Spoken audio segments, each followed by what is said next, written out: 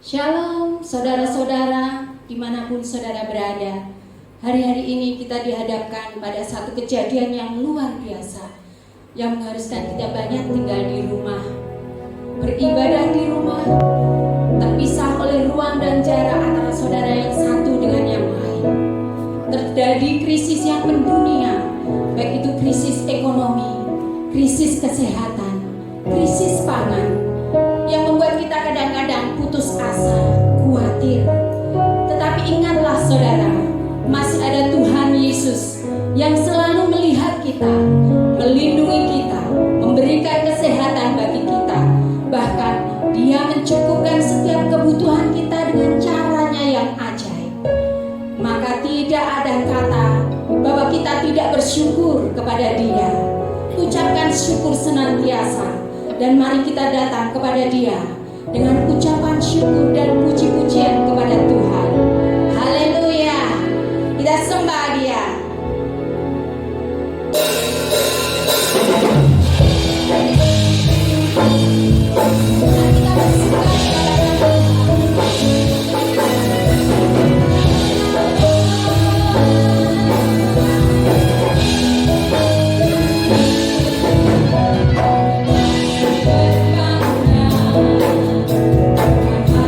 Bersyukur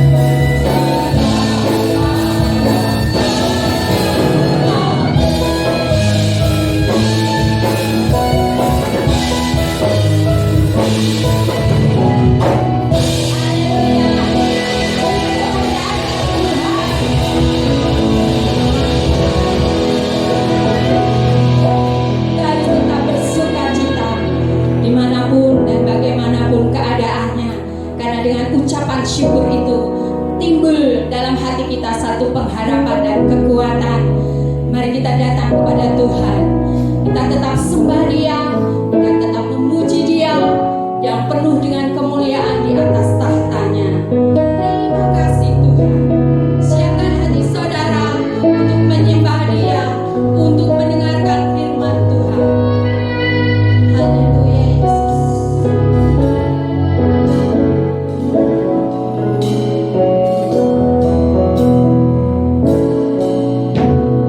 Yesus, kami puja.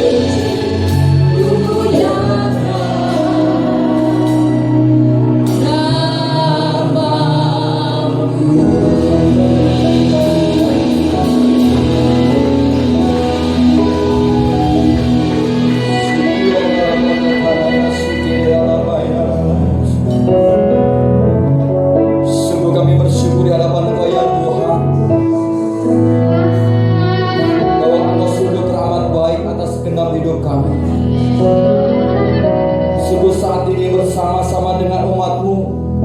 Mungkin mereka yang ada di rumah masing-masing, kami bersama menyembah. Sebab kami tahu, kami mengerti Yesus Tuhan itu yang layak untuk ditinggikan, itu yang layak untuk disembah. Sebab kami tahu Engkau Tuhan Allah kami yang hidup, yang terus memberikan kekuatan kemenangan bagi setiap kami. Terima kasih Tuhan, kami mengucap syukur untuk saat dan waktu yang boleh kami nikmati pada saat ini. Di balik semuanya itu sungguh kami percaya ada Engkau yang terus menopang setiap langkah kami. Jika kami akan terus bersyukur, jika kami akan terus berkata, sungguh Tuhan, Engkau yang terbaik atas hidup kami. Kalau saat ini kami diberikan kesempatan sekali lagi untuk beribadah bersama-sama dengan keluarga kami masing-masing, dan kesempatan untuk kami mendengarkan firman-Mu. Sungguh kami percaya Tuhan ada rancangan-Mu dan rencana-Mu ketika kami dengar akan firman-Mu, supaya setiap keberadaan kami kuat di dalam Engkau. Sebab kami tahu firman-Mu Tuhan itu mengandung janji yang akan kami nikmati, dan firman-Mu Tuhan memberikan kekuatan ekstra bagi setiap kami yang terus kami percaya. Sebab itu ya Tuhan, biarlah saat ini kami boleh mendengarkan firman-Mu dengan jamahan daripada Roh Kudus. Baik setiap umat-Mu, mereka yang boleh ada di rumah masing-masing, Tuhan jamah mereka dengan kuasa Roh Kudus, sehingga ketika kami mengerti, memahami akan firman-Mu, di situ juga kami diberikan kekuatan untuk kami melakukannya. Terima kasih Bapak. Roh Kudus berbicara di antara kami. Roh Kudus menyatakan sesuatu dalam kehidupan kami melalui firman-Mu. Kami mengucap syukur atas semuanya di dalam nama Tuhan Yesus Kristus. Mari semua yang percaya katakan bersama, amin. Salam, salam, saudaraku semua. Engkau yang boleh mengikuti rekaman ini, saya percaya semuanya akan menjadi berkat. Terima kasih untuk tim pelayan pujian. Tuhan Yesus memberkati. Saudara-saudara yang terkasih, kita sebagai anak Tuhan tentunya tidak ada kata dalam hidup kita untuk kita tidak mengucap syukur, amin. Dalam kehidupan kita tentunya sebagai orang Kristen atau anak-anak Tuhan, satu perkara yang boleh ada dalam hidup kita adalah berbicara tentang pengucapan syukur. Namun kadangkala yang terjadi, Bapak Ibu Saudara, ucapan syukur itu sulit keluar dari kehidupan kita. Ya. Saya percaya ini bisa terjadi kepada siapapun. Tetapi di balik semua itu saya ingin tegaskan kembali sebagai anak Tuhan, mari kita terus mengucap syukur dengan situasi keadaan apapun yang boleh kita alami. Sebab ucapan syukur kita itu seperti satu persembahan yang sangat bernilai, dan itu dinanti-nantikan oleh Tuhan. Sebab itu mari dengan apapun yang kita alami, kita boleh mengucap syukur. Saudaraku yang terkasih, dalam saat-saat kondisi yang sekarang ini boleh kita hadapi, dengan situasi keadaan, saudara, dengan perkembangan teknologi, perkembangan zaman, semuanya itu bisa membuat sesuatu hal terjadi atas kehidupan kita. Artinya banyak hal bisa terjadi atas kehidupan anak Tuhan.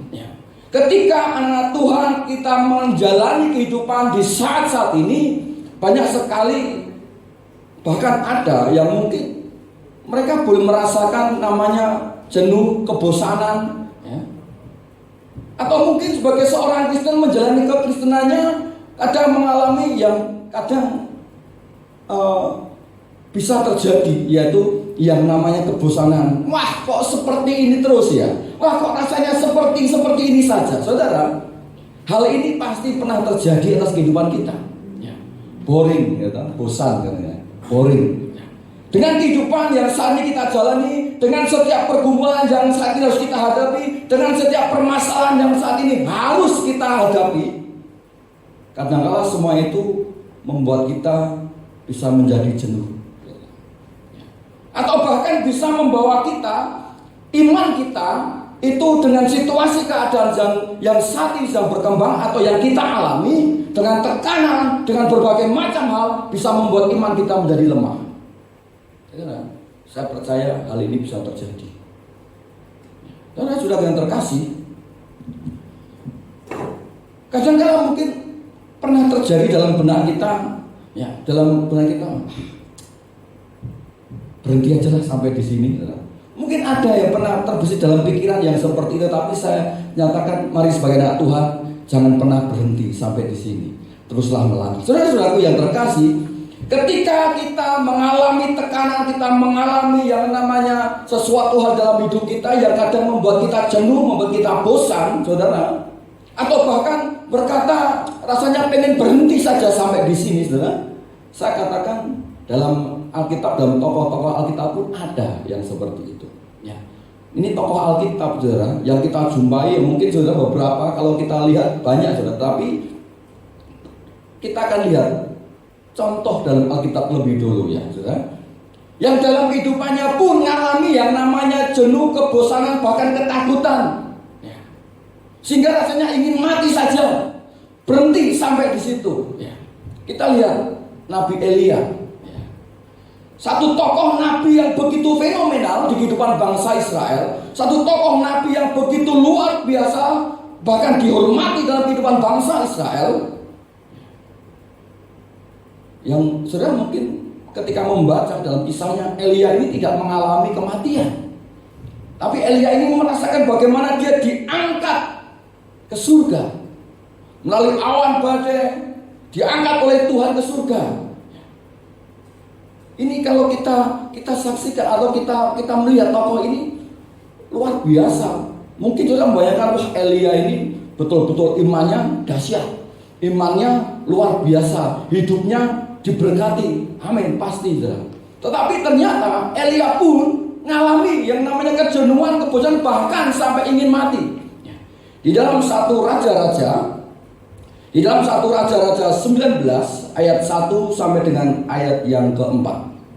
Ketika Ahab memberitahukan kepada Isabel segala yang dilakukan Elia dan perihal Elia membunuh semua nabi itu dengan pedang, maka Isabel menyuruh seorang suruhan mengatakan kepada Elia, beginilah kiranya para Allah menghukum aku, bahkan lebih lagi daripada itu, jika besok kira-kira pada waktu ini aku tidak membuat nyawamu sama seperti nyawa salah seorang dari mereka itu. Maka takutlah ia, lalu bangkit dan pergi menyelamatkan nyawanya. Dan setelah sampai ke Berseba yang termasuk wilayah Yehuda, ia meninggalkan bujangnya di sana. Tetapi ia sendiri masuk ke padang gurun sehari perjalanan jauhnya, lalu duduk di bawah sebuah pohon ara. Kemudian ia ingin mati, katanya, cukuplah itu sekarang ya Tuhan, ambillah nyawaku, sebab aku ini tidak lebih baik daripada nenek moyangku. Saudaraku yang terkasih, Elia yang begitu fenomenal, yang begitu dihargai, yang begitu dihormati oleh bangsa Israel, yang doanya membuat 3,5 tahun di Israel tidak turun hujan, dan bahkan dia menghadapi 450 nabi Baal dan membunuh nabi-nabi itu, yang begitu hebatnya. Bahkan Elia ini mampu menyatakan satu mujizat Tuhan.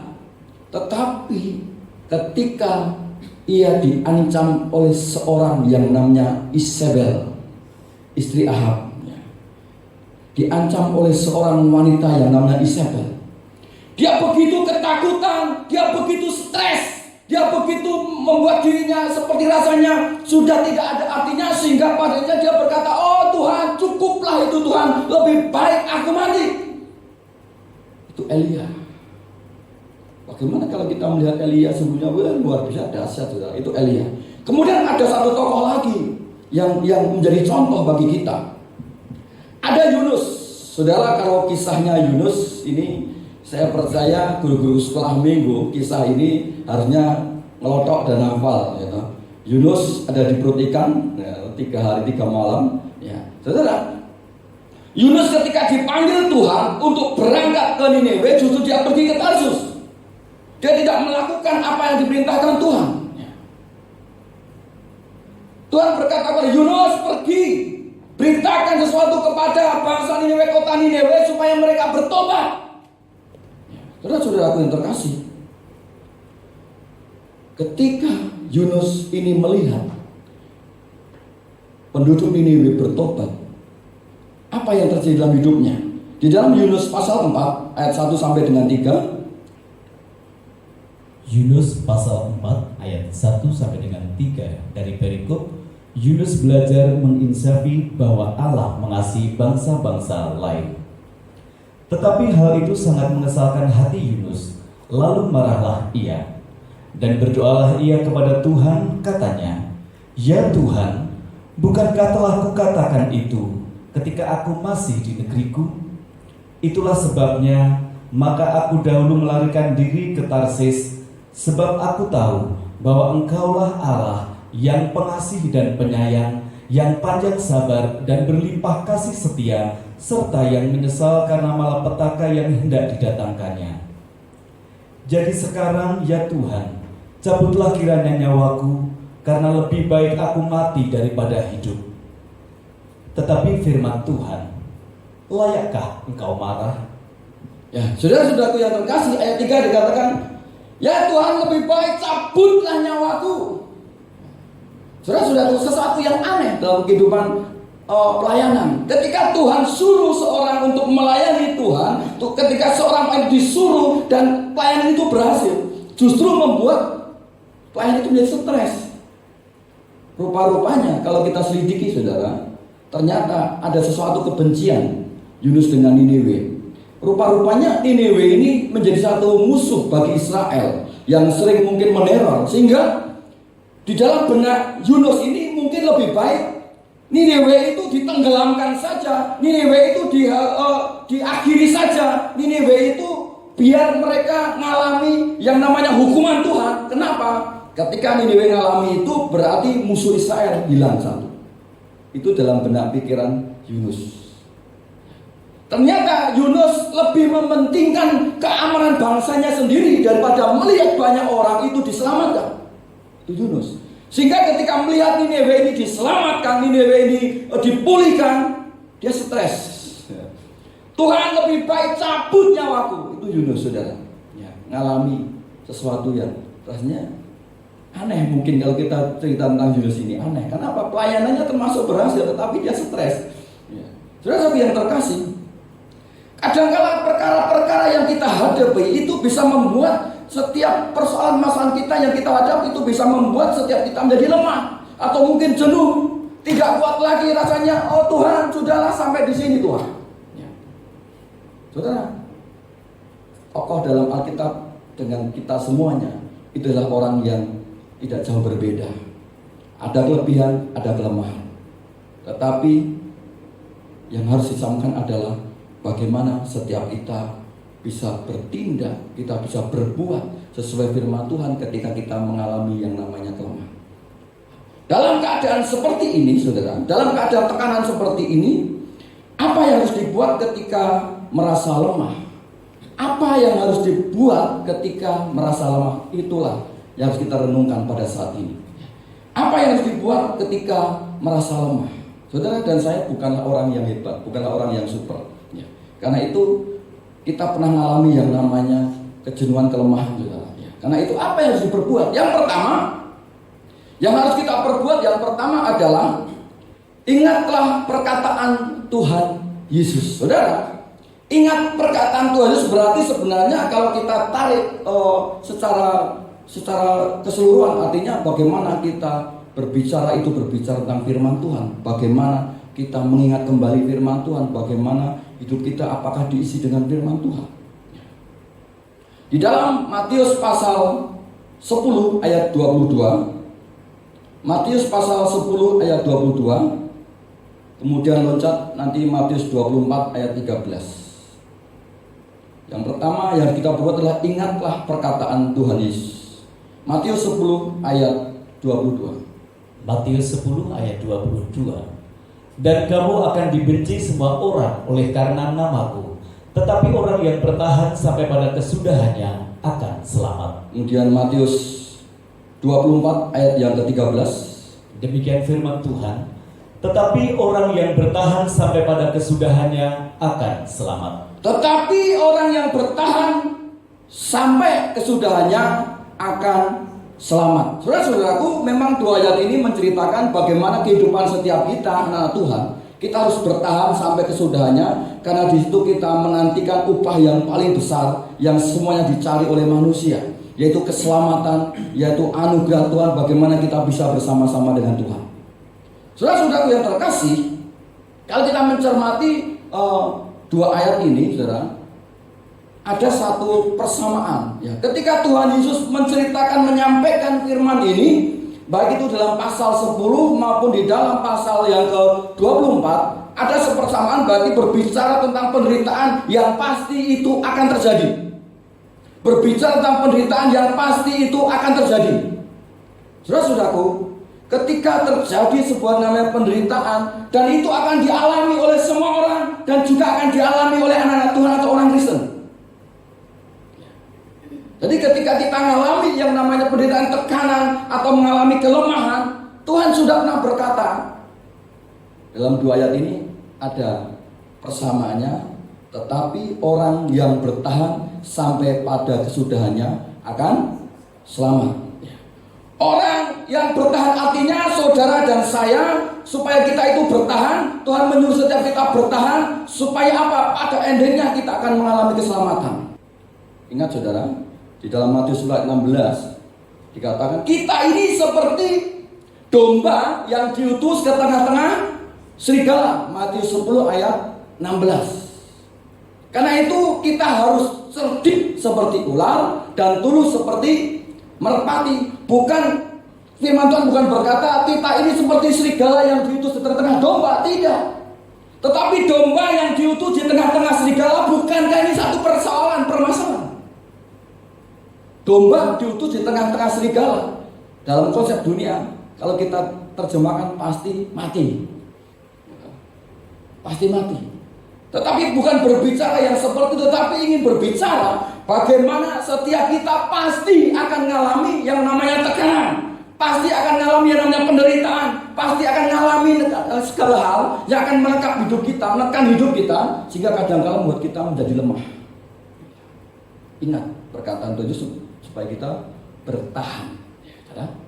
Orang yang bertahan, saudara dan saya, Tuhan berkata kepada kita semua, mari kita bertahan. Bertahan dan bertahan. Saudara, dalam Kamus Bahasa Indonesia, kata bertahan saya buka memiliki arti demikian. Yang pertama, tetap pada tempatnya. Kedua, mempertahankan diri. Yang ketiga, tidak mau menyerah. Artinya ketika kita mengalami yang namanya tekanan, mari kita tetap pada tempatnya. Artinya posisi hati kita, iman kita tetap pada tempatnya dan tertuju pada Yesus. Ketika kita mengalami tekanan, kita mengalami persoalan, kita mengalami kelemahan, mari pertahankan iman kita. Jangan sampai iman kita gugur. Dan bagaimana kita tidak mau menyerah untuk terus, walaupun mungkin rasanya tertati-tati, tapi bagaimana kita terus, itu hati kita ada di dalam Yesus. Amin. Hati kita ada di dalam Yesus, walaupun rasanya juga kayak jatuh bangun. Inilah kenapa Tuhan katakan supaya kita bertahan. Mari kita bertahan. Siapa tidak bertahan sampai kesudahannya, artinya keselamatannya bisa hilang. Bukan langkah pertama yang menentukan, tetapi langkah terakhir itulah yang menentukan. Ingat seorang penjahat yang disalib bersama dengan Tuhan Yesus. Endingnya, Tuhan ingat aku. Kalau engkau di hari ini engkau bersama-sama aku di Firdaus. Endingnya luar biasa. Saudara-saudaraku, di dalam Alkitab banyak contoh mereka yang memulai dengan luar biasa tapi endingnya tidak baik. Ada Yudas Iskariot, sudah tahu ceritanya. Memulai sebagai murid Tuhan dan matinya gantung diri. Kemudian ada Demas, memulai dengan menjadi teman sekerja Paulus. Tapi akhirnya Demas ini tergiur dengan godaan-godaan keduniawian. Dia pergi ke Tesalonika di dalam 2 Timotius 4 ayat 10. Dia pergi ke Tesalonika. Kenapa? Tesalonika pada saat itu adalah kota metropolitan yang menjanjikan bagaimana di situ banyak sekali yang dicari oleh manusia pada masa itu. Kemudian ada Simpson sebagai nasir Allah. Dia memulainya bersama dengan Tuhan karena tergiur dengan godaan nafsunya oleh seorang wanita yang pada akhirnya, pada endingnya dia harus buta dan mati bersama-sama dengan musuh. Saudara-saudaraku, Mari ingat perkataan Tuhan Yesus. Semuanya mengalami yang namanya tekanan. Semuanya pernah mengalami yang namanya kelemahan iman. Yang pertama, ingatlah perkataan Tuhan Yesus yang harus kita perbuat. Yang kedua, kita harus belajar ketika kita mengalami kelemahan, apa yang kita buat. Yang kedua adalah mari kita belajar dari Tuhan Yesus. Lihatlah teladan dari Tuhan Yesus. Mungkin ada orang yang berkata, Pak, itu kan Tuhan. Ya tentunya hebat. Iya. Ketika kita melihat kemanusiaan Yesus ketika dia turun di dunia, tidak ubahnya seperti kita. Sama seperti manusia. Ketika dia hadir di tengah-tengah dunia sebagai manusia, ketika dia melakukan tugasnya 3,5 tahun melayani di tengah-tengah dunia, pelayanannya apakah mulus-mulus saja? Tidak. Mengalami ancaman, mengalami yang namanya mau dirajam batu, mengalami diusir, mengalami dibenci. Itu dialami oleh Tuhan Yesus. Jadi kalau kita mengalami hal yang sama, mari kita belajar dari Tuhan Yesus. Tidak mulus, bahkan bangsa Israel pada masa itu terus ingin membunuh Yesus. Berkali-kali ingin membunuh Yesus, dan pada endingnya memang berhasil melalui surat dari Pontius Pilatus, kuasanya menangkap Yesus, kemudian membuat Yesus masuki jalan Via Dolorosa sampai di Golgota. Sampai Tuhan berkata, sudah selesai. Sampai Tuhan berkata, sudah selesai. Coba kita pikirkan ketika pada saat itu Yesus itu ketika dia menjalani semuanya itu, bosan aku lah, habislah. Udahlah, berhenti aja lah sampai di sini. Kira-kira apa yang akan terjadi? Saudara dan saya, kita akan tetap di dalam dosa-dosa kita. Kita tidak akan mengalami keselamatan. Karena apa yang sudah Tuhan lakukan sampai selesai di kayu salib. Dan Tuhan berkata, sudah selesai. Dosa saudara dan saya dihapuskan. Amin. Itulah. Mari kita belajar dari Tuhan Yesus. Ketika sebagai manusia pun mengalami yang namanya tekanan. Di dalam Ibrani 12 ayat 1 sampai dengan 2. Ibrani 12 ayat 1 dan 2 dari perikop nasihat supaya bertekun dalam iman. Ayat 1, karena kita mempunyai banyak saksi, bagaikan awan yang mengelilingi kita, marilah kita menanggalkan semua beban dan dosa yang begitu merintangi kita, dan berlomba dengan tekun dalam perlombaan yang diwajibkan bagi kita. Marilah kita melakukannya dengan mata yang tertuju pada Yesus, yang memimpin kita dalam iman, dan yang membawa iman kita itu kepada kesempurnaan, yang dengan mengabaikan kehinaan, tekun memikul salib, ganti sukacita yang disediakan bagi Dia yang sekarang duduk di sebelah kanan tahta Allah. Amin. Saudara-saudaraku yang terkasih, dalam ayat 2 ada sebuah kata tekun memikul salib. Tuhan tekun memikul salib sampai kepada ending, sampai pada akhirnya, sampai Tuhan berkata sudah selesai. Ya. Saudara, kata ini menarik, kata tekun ini menarik. Ya. Ketika saya buka terjemahan dan ketika saya buka tafsiran, ternyata kata tekun ini memiliki sebuah arti, memiliki sebuah makna, berarti di situ ada menahan. Ketika Tuhan harus memikul salib, Dia menahan segala yang namanya cambukan, menahan yang namanya segala tekanan, yang namanya segala bukan. Dia harus menahan. Karena rasa sakit, ya sebagaimana dia harus mahkota duri. Tuhan harus menahan semuanya itu. Harus berdiri teguh, itu kata juga dalam arti tekun. Saudara. Berdiri teguh artinya tetap teguh memikul salibnya sampai kepada akhirnya supaya engkau dan saya diselamatkan. Kemudian bertahan ketika dipukul, Tuhan tetap bertahan, tidak mau balas. Apakah Tuhan tidak bisa balas? Bisa, tapi Tuhan tidak pernah lakukan itu. Kemudian ketika dia dihina, bukankah kamu raja orang Yahudi, kenapa kamu tidak selamatkan dirimu? Di situ Tuhan tetap berkata, bersabar. Tuhan, Bapa, ampunilah mereka, sebab mereka tidak tahu apa yang mereka perbuat. Itu kata-kata yang luar biasa. Artinya ketika Tuhan tekun memikul salib, itu adalah karena mengasihi saudara dan saya. Artinya semuanya penderitaan Tuhan alami. Mari kita belajar untuk tekun. Mungkin ada penderitaan atau sesuatu yang sedang kita alami. Mari kita tekun untuk terus berjalan. Mungkin saudara hari ini saudara bisa berjalan satu langkah, Tetapi saya percaya di balik semua itu Tuhan tetap bersama dengan kita. Tuhan tetap bersama dengan setiap kehidupan kita. Karena itu janganlah kita berhenti di tengah jalan. Teruslah bertanding dalam pertandingan iman dengan mata yang selalu tertuju kepada Yesus.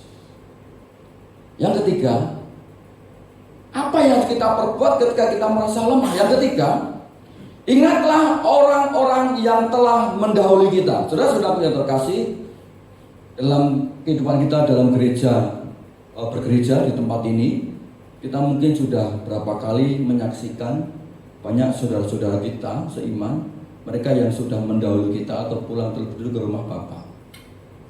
Mereka sudah menikmati upah dari lelah mereka bersama dengan Tuhan. Saudara-saudara yang terkasih, mereka juga disebut sebagai orang-orang kudus di hadapan Tuhan. Kan apa? Karena mereka mempertahankan iman. Tentunya ketika kita melihat mereka mempertahankan iman sampai kepada kesudahannya. Saudara-saudara yang terkasih, dalam Ibrani 12 ayat 1 tadi dikatakan, kita mempunyai banyak saksi bagaikan awan yang mengelilingi kita. Kita mempunyai banyak saksi bagaikan, artinya itu sebuah kumpulan yang begitu banyak sekali. Bagaikan awan yang mengelilingi kita. Kita berkata, siapakah saksi-saksi ini? Siapakah saksi-saksi tersebut? Mereka tak lain adalah orang-orang kudus atau orang-orang Kristen yang mempertahankan iman mereka, yang telah mendahului kita pulang ke surga. Saudara-saudara yang terkasih, rupa-rupanya di surga mereka mendapat suatu kemampuan untuk melihat apa yang sedang terjadi di bumi ini. Gambarannya adalah seperti mereka para penonton yang sedang melihat sebuah pertandingan di stadion. Apabila ada atlet yang menyerah kalah sebelum finish, penonton tidak bersukacita. Tetapi ketika melihat atlet itu berjuang, tertatih-tatih tapi menyelesaikan semuanya itu, di situ ada sorak-sorai. Di situ ada satu tepuk tangan yang begitu meriah untuk mendukung, untuk menyemangati atlet ini. Ini gambarannya seperti itu, saudara. Gambarannya seperti itu. Dan mungkin saudara kita yang sudah mendahului melihat kita saat ini, kita sedang mengalami wabah virus corona. Mereka melihat, ayo saudaraku, tetap semangat. Itu saudara. Ingat orang-orang yang telah mendahului kita. Saudara, mereka orang-orang yang sudah menyelesaikan tugas dan tanggung jawabnya di tengah dunia. Jadi ketika kita membaca dan mempelajari riwayat hidup tokoh-tokoh yang ada dalam Alkitab pun, saudara, yang mungkin yang fenomenal sekalipun, saudara, semua adalah manusia biasa yang sama seperti kita. Ada kelebihan, ada kekurangan. Ada kelebihan, ada kekurangan. Mereka juga mengalami yang berbagai macam persoalan pergumulan. Tetapi yang jelas kita bisa melihat bagaimana hidup mereka, tokoh-tokoh Alkitab. Pada endingnya mereka tetap berjuang di dalam Tuhan. Jadi, mari kita perhatikan bagaimana dengan kita. Ketika kita membaca dalam Ibrani 11, itu adalah judulnya, sudah dalam Ibrani 11 judulnya adalah saksi-saksi iman. Judulnya adalah saksi iman. Di situ ada Habil, ada Henok, ada Nuh, ada Abraham. Kemudian juga ada Sarah, ada Ishak, Yakub, Yusuf, ada Musa, ada Rahab, atau yang lainnya sudah yang tidak sudah dituliskan. Mereka ada saksi-saksi iman, orang-orang kudus, orang yang lebih dahulu, atau mungkin saudara kita yang lebih dahulu. Mereka adalah saksi-saksi kita. Mereka yang menyemangati kita. Mereka sudah menerima upahnya. Jangan sampai kita kehilangan upah kita.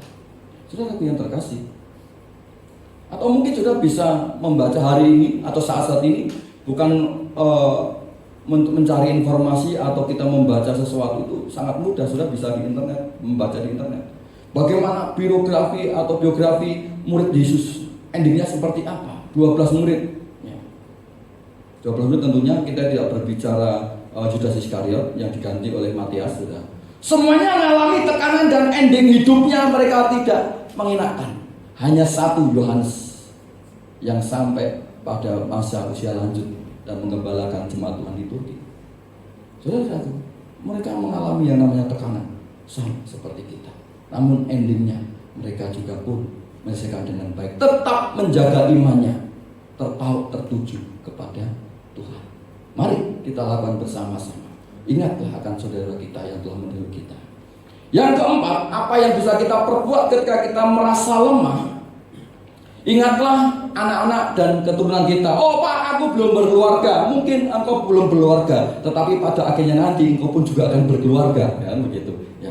Pak, aku masih muda. Iya, walaupun kamu masih muda, kamu punya saudara atau kamu punya rekan, punya teman. Artinya, ingatlah anak-anak dan keturunan kita ini berbicara bagaimana kita harus bisa menjadi contoh dan teladan yang baik.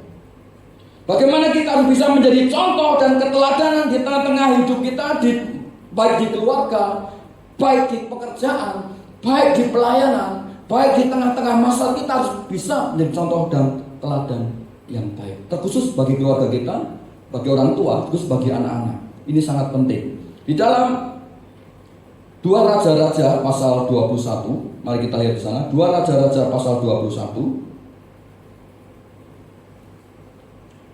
2 Raja-Raja pasal 21 ayat 19 sampai ayat yang ke-21. 2 Raja-Raja pasal 21 ayat 19 sampai 21. Amon Raja Yehuda. Amon berumur 22 tahun pada waktu ia menjadi raja, dan 2 tahun lamanya ia memerintah di Yerusalem. Nama ibunya ialah Mesulemet binti Harus dari Yotba. Ia melakukan apa yang jahat di mata Tuhan seperti yang telah dilakukan Manasye ayahnya. Ia hidup sama seperti ayahnya dahulu, sambil beribadah kepada berhala-berhala yang disembah oleh ayahnya dan sujud menyembah kepada mereka. Ya, saudara, kita mendapati Amon Raja Yehuda. Di ayat 20 dikatakan ia melakukan apa yang jahat di mata Tuhan seperti yang telah dilakukan Manasye ayahnya. Seperti apa yang dilakukan Manasye ayahnya. Pertanyaannya, apa yang dilakukan Manasye ayahnya? Ya, ayahnya dari Amon ini. Ya. Di dalam 2 Raja 21 ayat 3 sampai 6, saudara, saya bacakan. Di sana dikatakan Manasye ini melakukan apa, saudara? Ia mendirikan kembali bukit-bukit pengorbanan yang telah dimusnahkan oleh Hizkia ayahnya. Ia membangun mezbah-mezbah untuk Baal, membuat patung Asyera seperti yang dilakukan Ahab Raja Israel, dan sujud menyembah kepada segenap tentara langit dan beribadah kepadanya. Ayat 4, ia mendirikan mezbah-mezbah di rumah Tuhan, walaupun sehubungan dengan nama itu Tuhan telah berfirman, di Yerusalem aku akan menaruh namaku. Dan ia mendirikan juga mezbah-mezbah bagi segenap tentara langit di kedua pelataran rumah Tuhan. Bahkan ia mempersembahkan anaknya sebagai korban. Bahkan ia mempersembahkan anaknya sebagai korban dalam api, melakukan ramal dan telah, dan menghubungi para pemanggil arwah dan para pemanggil roh peramal. Ia melakukan banyak yang jahat di mata Tuhan, sehingga ia menimbulkan sakit hatinya.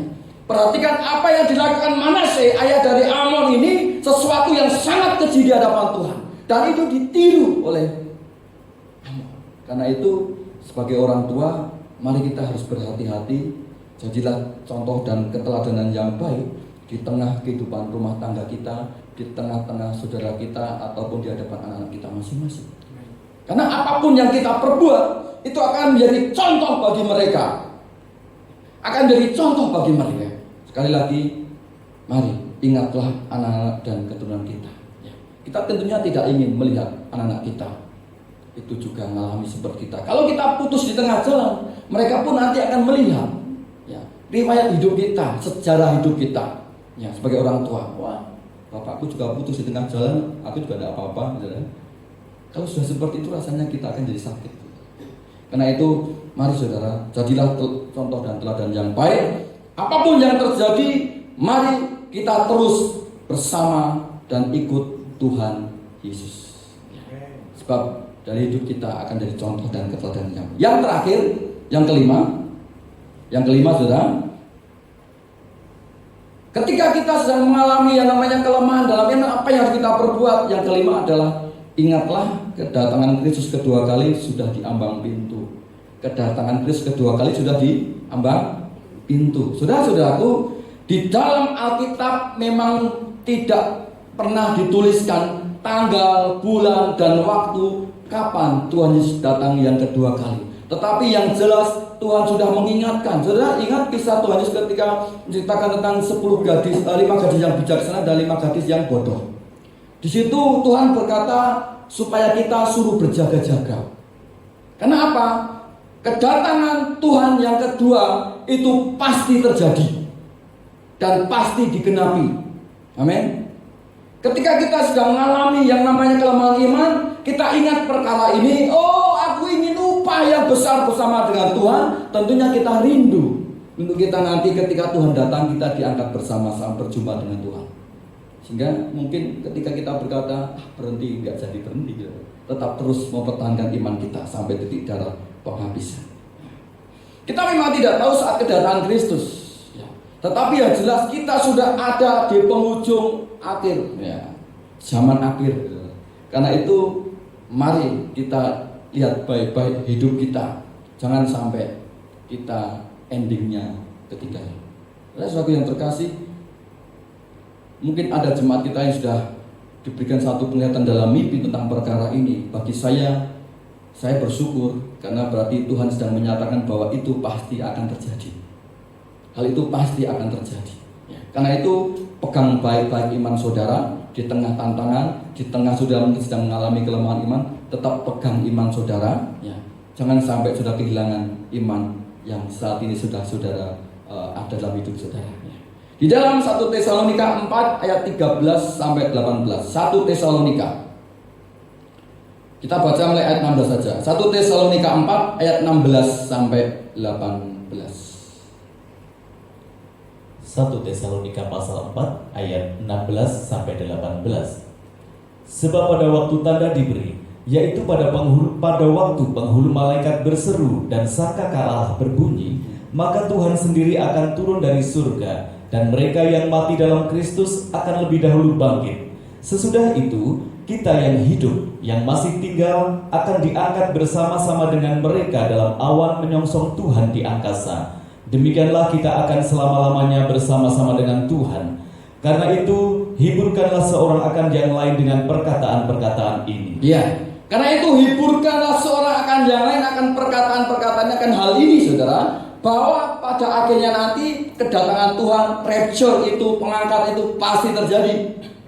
Dan itulah yang dinanti-nantikan oleh setiap kita anak Tuhan yang hidup di zaman akhir saat ini. Kita menantikan bagaimana Yesus datang di awanan dan kita terangkat semua yang bersama dengan Dia. Jangan berpikir, nanti kalau ketinggalan pun aku masih bisa beribadah, aku masih bisa begini begitu. Saudara, jangan berpikir. Kenapa Tuhan ingin mengangkat anak-anaknya? Karena Tuhan tahu bahwa akan ada masa kesukaran yang sangat besar seperti yang belum pernah terjadi di bumi ini. Dan mayoritas manusia tidak akan pernah bisa bertahan. Karena itu Tuhan ingin mengangkat anak-anaknya yang imannya walaupun sedang mengalami tekanan, walaupun sedang mengalami aniaya ataupun mengalami goncangan dalam hidupnya, tetap imannya walaupun tertatih dan tetap, oh Tuhan, Engkaulah pengharapanku. Oh Tuhan, Engkaulah yang aku dambakan, Engkaulah yang aku nanti-nantikan. Itu yang selalu dinantikan, itu yang selalu diharapkan.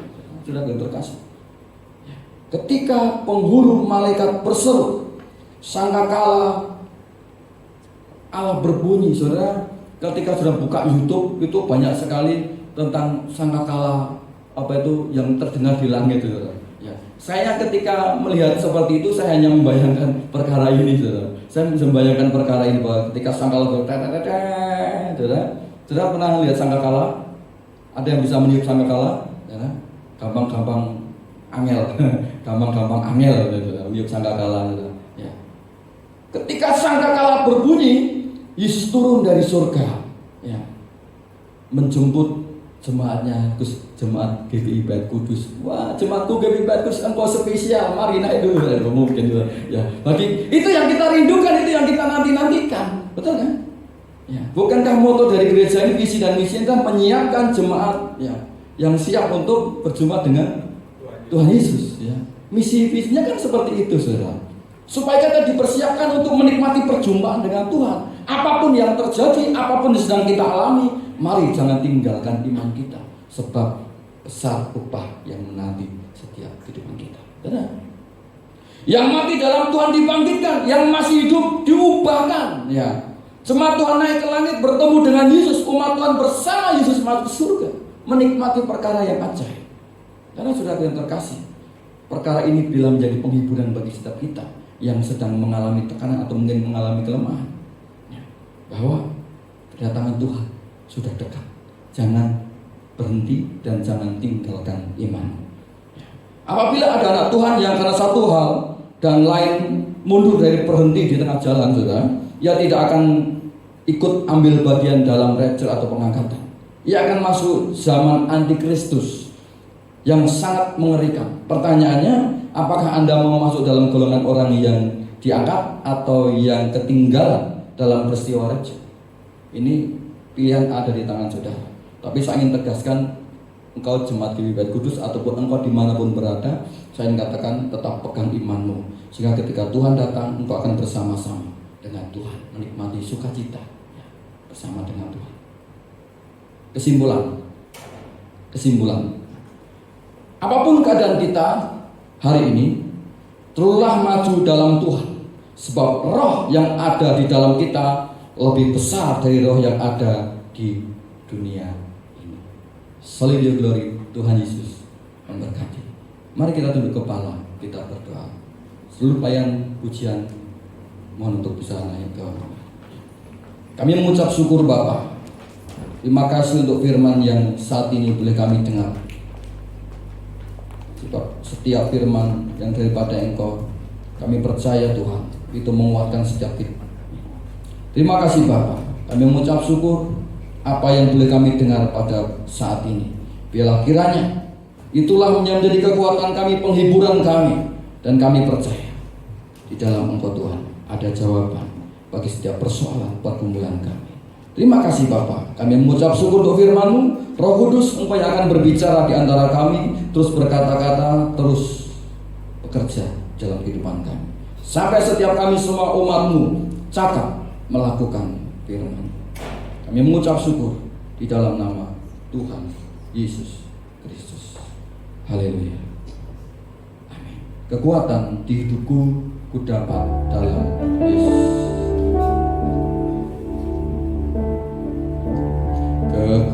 Kekuatan di hidupku ku dapat dalam Yesus. Dia tak pernah tinggalkanku. Engkau yang setia atas hidup kami ya Tuhan.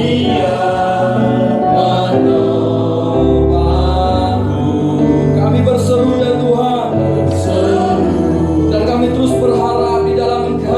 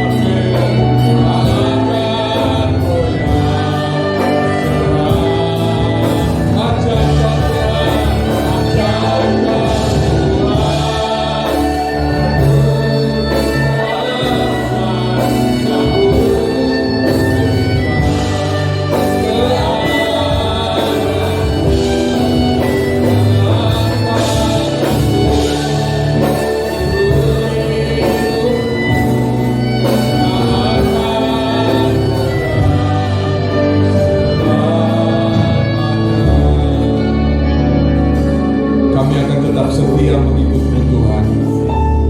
Walaupun keadaan-keadaan semuanya dalam keadaan-keadaan yang tidak baik, tapi kami berdoa, kalau Engkau turut campur tangan, maka Engkau akan memulihkan keadaan-keadaan ini Tuhan.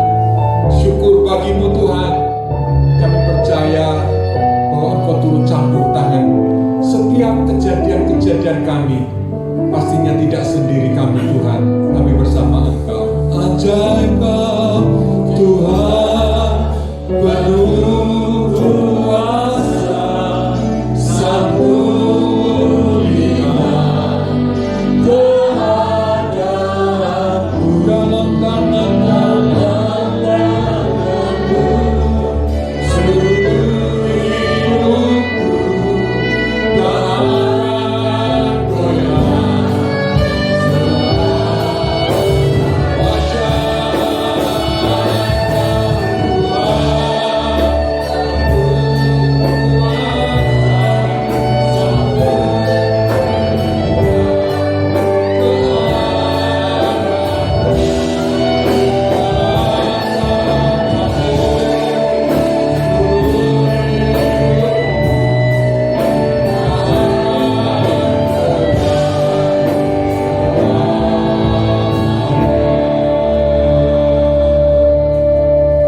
Kami mengucap syukur buat firman-Mu Tuhan. Untuk hari ini kami mau berjaga-jaga, selalu siap waspada akan kedatangan-Mu kedua kali Tuhan. Kalau kami ditemukan di akhir hidup kami setia, itulah pengharapan kami, itulah keinginan Engkau Tuhan. Tidak di akhir hidup kami tidak menyanyiakan segala sesuatu yang Kau berikan. Meskipun dalam hidup ini kami menghadapi situasi yang berat seperti hari ini Tuhan. Tuhan, berikan kekuatan bagi umat-Mu. Mereka yang sedang mengalami pergumulan Tuhan. Karena situasi hari ini menjadikan pekerjaan mereka, menjadikan kesehatan mereka, menjadikan segala sesuatu yang terjadi atas mereka. Mereka mengalami kekhawatiran, mengalami segala sesuatu, mereka mengalami tekanan. Tetapi kami percaya dalam nama-Mu Yesus Tuhan, Kau memberikan kekuatan, Kau memberikan kekuatan Tuhan. Mari kita sembah. Kita malam.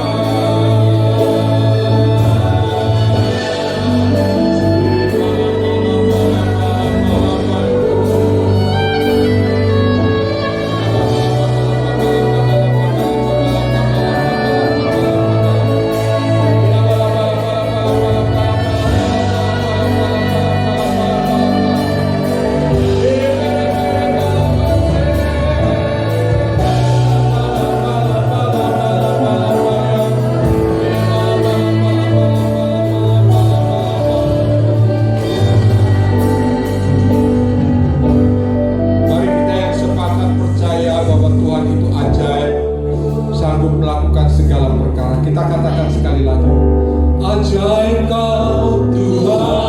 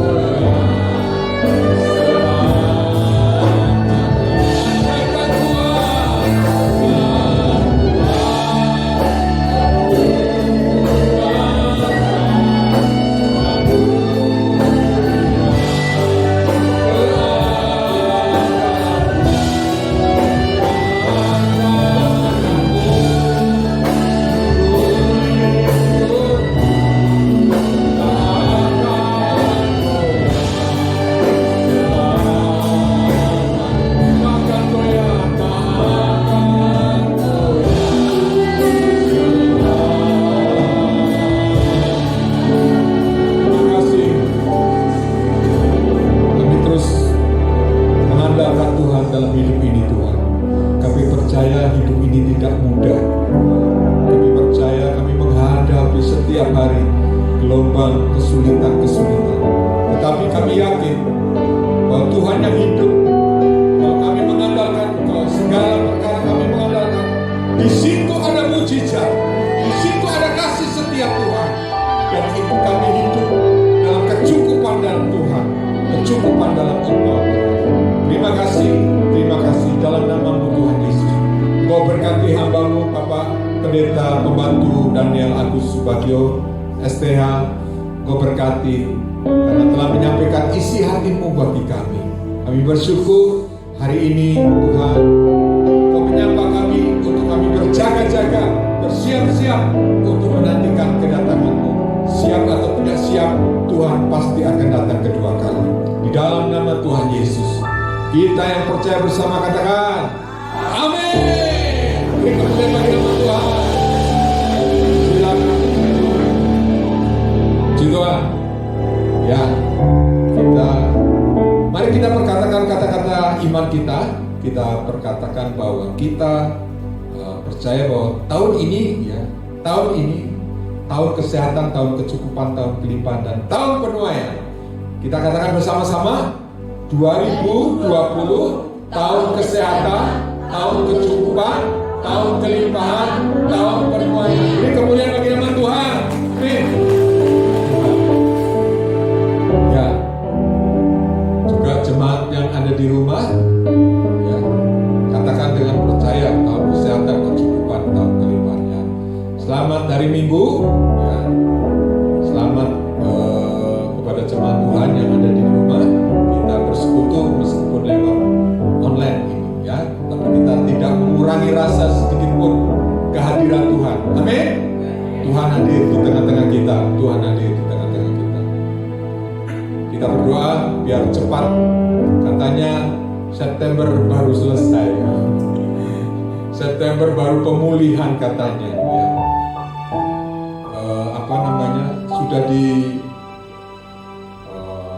Sudah diramalkan katanya September baru selesai. Kita percaya bahwa Tuhan mau September mau apa, kita percaya kita tetap sehat. Kita tetap sehat, amin. Diberkati jemaat GBI Baik Kudus dalam keadaan apapun juga, ya. Tuhan Yesus memberkati. Mari kita berdiri, puji Tuhan, ya, puji Tuhan. Angkat penyembah kita lagi. Kira apa kata-kata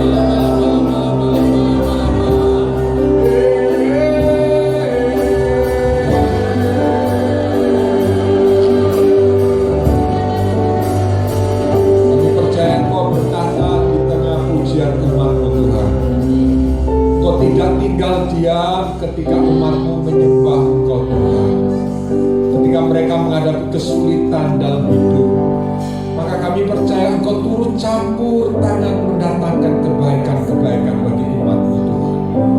Mereka menghadapi kesulitan ekonomi mereka, Tuhan pulihkan keadaan sekarang, pulihkan negeri kami Indonesia, pulihkan bangsa-bangsa ini Tuhan. Tuhan terima kasih, kami bersyukur buat pemeliharaan. Kami tetap mengandalkan Engkau, tetapi kami tetap berjaga-jaga Tuhan. Kami percaya yang mengandalkan Engkau pasti hidupnya tidak akan mengalami gangguan apapun Tuhan. Terima kasih Bapak, terima kasih. Mari kita angkat kedua tangan kita. Kiranya anugerah damai sejahtera daripada Tuhan, kiranya persekutuan dalam nama Tuhan Yesus menyertai engkau, dan anugerah daripada Tuhan